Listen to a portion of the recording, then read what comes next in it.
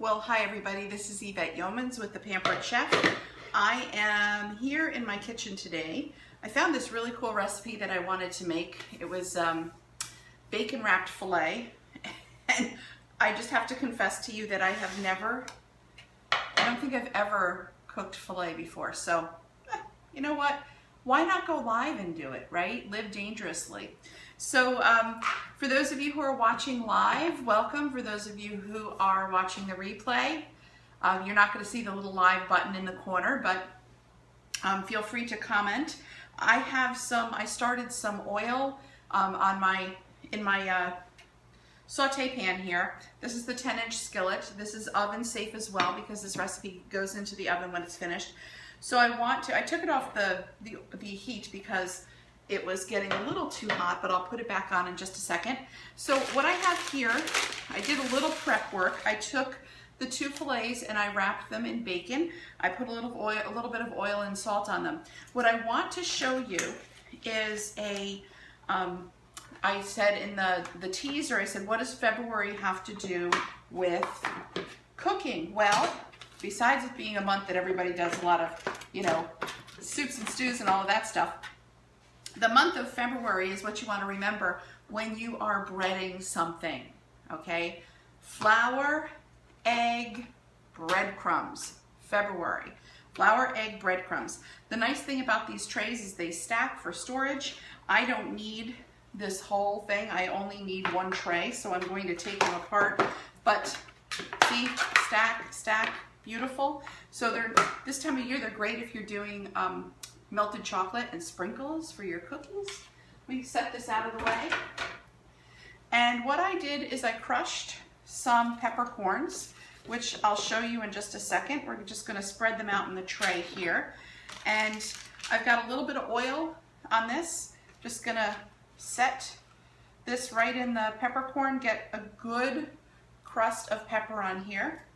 Oh, probably should put the back on the oil. You do that with this one as well. Crust the other side, shake it a little bit. Crust this side. For those of you who don't like to touch meat, these are really handy. All right, so we've got enough of a crust on here. We've got the bacon wrapped around it, and what we're going to do is just cook one minute on each side, and then cook the bacon a little bit, and then pop it in the oven. And that's one of the things that I like about the executive cookware. Let's see if it's hot enough. Yep, it's got a sizzle to it. That's what we want to hear. When you want to cook a steak or you want to cook something that goes from the stove top to the oven, you can. All right, so we've got that going. What I did, I just want to show you this peppercorns. I opened this up. I actually need to close it back so that I can have a nice coarse grind of pepper. And our pepper mills fill from the top, salt and pepper, which is handy. You ever done the pepper where you're chasing those corns all over the kitchen because you've only got that small little opening? You don't have to worry about that. All right. So I promised you a squash tip as well. I want to get this out of the way. And what I'm about to show you is something I learned from my mom. Let me grab something out of the oven.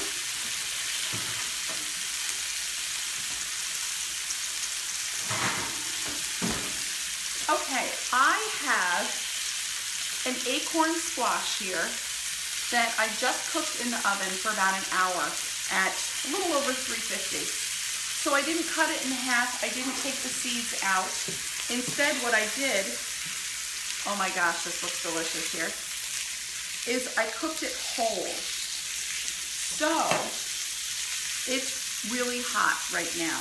The benefit of cooking it whole, and you can find out whether it's done by piercing it with a fork or a knife, and it's nice and soft, is I didn't have to cut it open and cut the seeds. It didn't have to take up a whole lot of room. If you're cooking, let's say you're roasting a chicken or you're roasting a pot roast or you're making some stew or you're making something like that, you can cook your squash right alongside of whatever is in the oven, and you do not have to, I can't talk and turn at the same time. I'm turning the fillets up on their ends to cook the bacon, or at least I'm attempting to.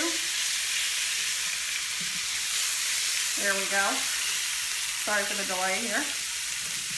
So I'm just going to hold on to this because it's hot and cut off the top.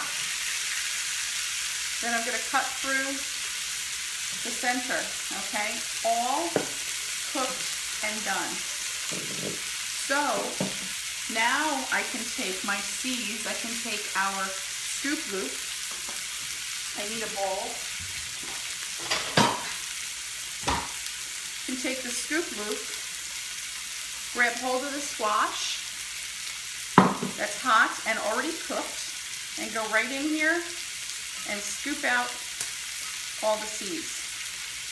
Now once I put my steak in the oven, which I'm about to do, you just check on that, check on that. It's about as good as it's going to get right now. So here's what it looks like. All right, let me pop that in the oven because this is oven safe. Needs about 4 minutes on each side. Wow, it got quieter, didn't it? So I'm going to take the squash and just take my scoop loop here and take the squash out. It literally will fall off the skin because it's really well cooked. And you can see how hot it is. And the scoop loop will take all of that squash away. So you can use this for butternut squash, the same technique. Like I said, I learned it from my mom, who, when she does bonfires outside, will actually wrap stuff in aluminum foil and put it out in the bonfire and cook her vegetables that way, roast her vegetables. She is an outdoors woman. I did not get that gene from her. So we have a family joke where when the weather is nice, I'll call her and say, hey, guess what I'm doing? I'm going to the movies. Because my mother was that go outside and play mom, you know. I'm sure many of you are as well. And I imagine that sometimes it's just for your sanity. So we've got, the seeds are out. The squash is out. And then I'm just going to take my mix and mash. I'm going to take I'll add some butter to it. I'm going to add some brown sugar to it. And I'm going to mash it up.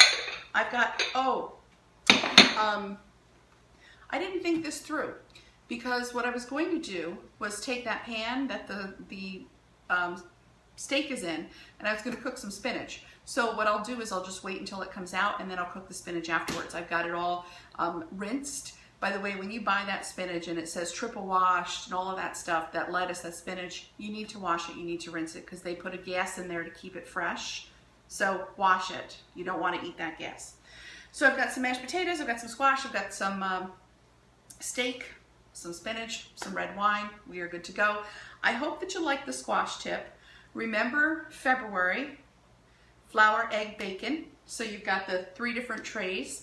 And if you have any questions, let me know. It was great to spend some time with you, everybody. Take care. And for those of you who are watching this on my YouTube channel, Yvette Yeomans, and you can find me on www.pamperedchef.biz, B-I-Z, /Yvette, YVETTE. Thanks. Have a great night, everybody.